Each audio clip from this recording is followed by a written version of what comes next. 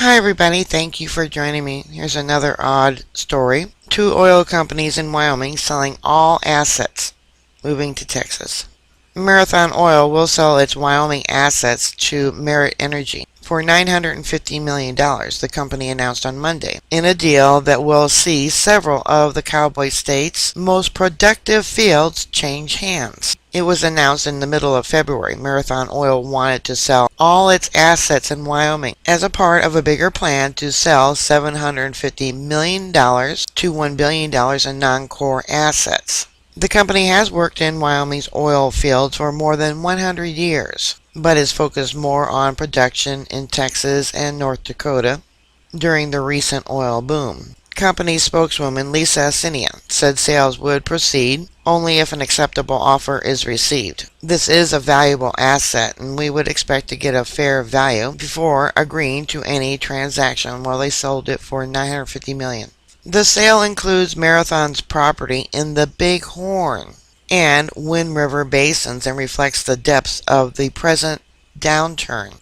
The company has turned to shale plays in North Dakota and Texas in recent years. Marathon executives said last year they would sell non-core assets in a bid to raise money to survive the downturn. Monday's announcement put the company on track to exceed its goal of $750 million to $1 billion in asset sales. Ongoing portfolio management continues to drive the simplification and concentration of our portfolio to lower risk, higher return U.S. resource plays, and support our 2016 objective of balance sheet protection. Marathon Oil President and CEO Lee Tillman said in a statement. In Marathon found a buyer with extensive ties to the state, a private company based in Dallas. It's a smaller company.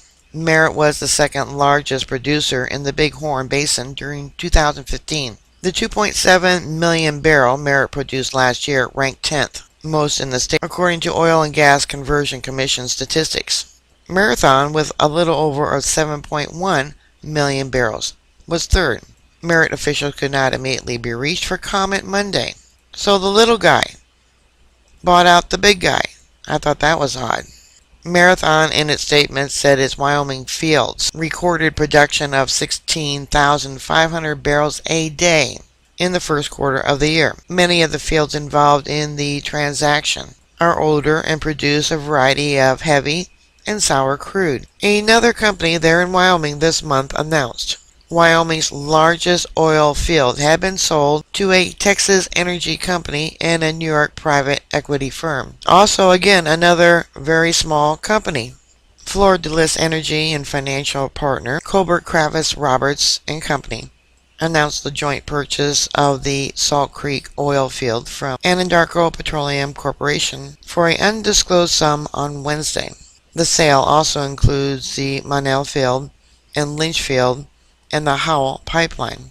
I called about these sales and was told that these two companies are trying to supposedly get well-needed assets. That administrative cost by these oil companies was much larger than these two smaller companies that they're selling to, and they could make a go of it better than they could, which sounded pretty odd to me.